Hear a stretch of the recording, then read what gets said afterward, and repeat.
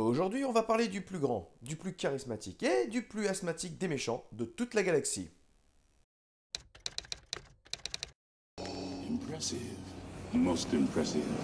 Dark Vador, ou Darth Vader, en VO, a été créé en 1977 par George Lucas pour son film La Guerre des Étoiles. Star Wars en VO, ou comme tout le monde dit maintenant. Il est le grand méchant de la trilogie classique et le héros de ce qu'on appelle la prélogie. Vador est un méchant typique des serials des années 50, grande inspiration de George Lucas pour ses films. Tout de noir vêtu, masqué, parlant peu, et avec un sacré charisme. Sa tenue inspirée des samouraïs japonais, avec une petite touche de soldats allemands, en font une des plus grandes figures du cinéma. Pour retirer son humanité, Lucas en a fait un cyborg, avec une respiration omniprésente. Cette respiration marquera des millions de personnes et sera la signature du Seigneur Noir. C'est le culturiste David Prowse qui portera le costume, tandis que James Earl Jones Who now is your father if it is not me? lui prêtera sa voix. A la base, Lucas voulait la voix de Orson Welles. Pour sa folle jeunesse, c'est Jack Lloyd et Hayden Christensen qui l'interpréteront.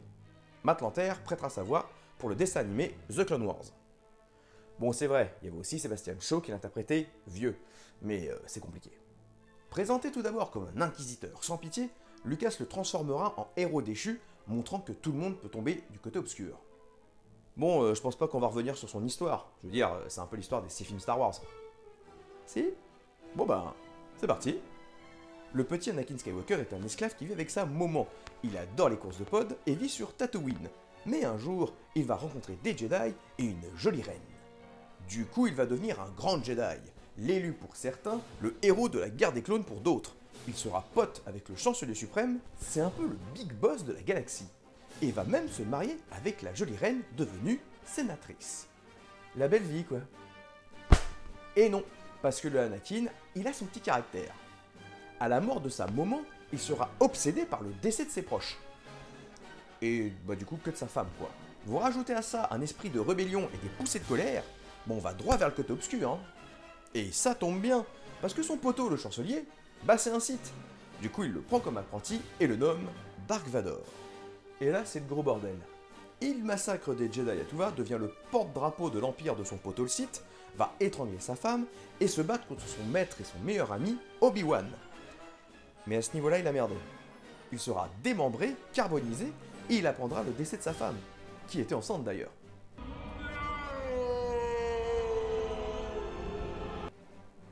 Top ambiance. Mais de là, il deviendra l'homme le plus craint de toute la galaxie, et le visage de l'Empire. Il prendra même sa revanche sur Obi-Wan. Mais les enfants Skywalker sont toujours en vie, et après avoir mutilé son fils et avoir découvert l'identité de sa fille, qui l'a torturé avant, ben il se rend compte qu'après 25 ans, il a peut-être pas choisi le bon camp. Il était temps, non? Mais il débarrassera la galaxie de l'Empereur, maître du mal, qui était plus trop son pote entre-temps d'ailleurs, hein. Par contre, son ultime acte de bravoure le tua. Un peu con. Mais il revient en esprit Jedi, accompagné de ses anciens maîtres, qu'il avait trahis avant. Ça doit être l'ambiance entre eux. Bon, c'est une version un peu grosso modo de sa vie, mais dans les grandes lignes, c'est ça. En presque 40 ans, Dark Vador est devenu culte, voire mythique. Il fait partie des plus grands méchants, tous médias confondus.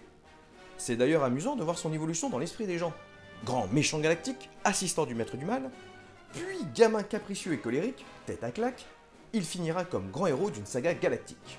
Personnellement, je dois vous avouer, je n'aime pas trop son passif. Faisons de lui plus un émo romantique, au lieu d'un être avide de pouvoir et basculant dans le mal.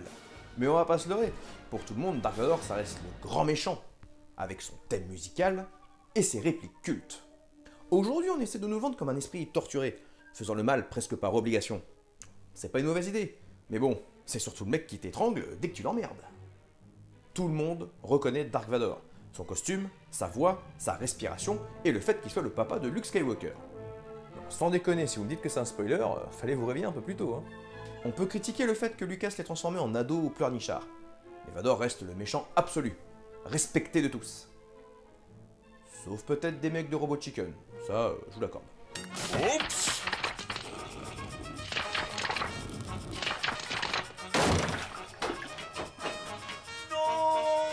Il est indissociable de Star Wars et est devenu un pilier de notre culture, geek ou général d'ailleurs. Mon nom est Dark Vador. Quand on l'attaque, l'Empire contre-attaque. I can't breathe in this thing! Luke? Je suis ton père. No, Buzz. I am your father. Tout le monde aime Dark Vador. Tout le monde est fan de ce personnage. Même dans les nouveaux films. Kylo Ren, le nouveau méchant, a l'air d'être un fan hardcore du personnage. Du coup, comme dirait le principal intéressé... The circle is now complete. Comme quoi, il a pas tort, le pleurnichard asthmatique. Je déconne, non, je le pense pas.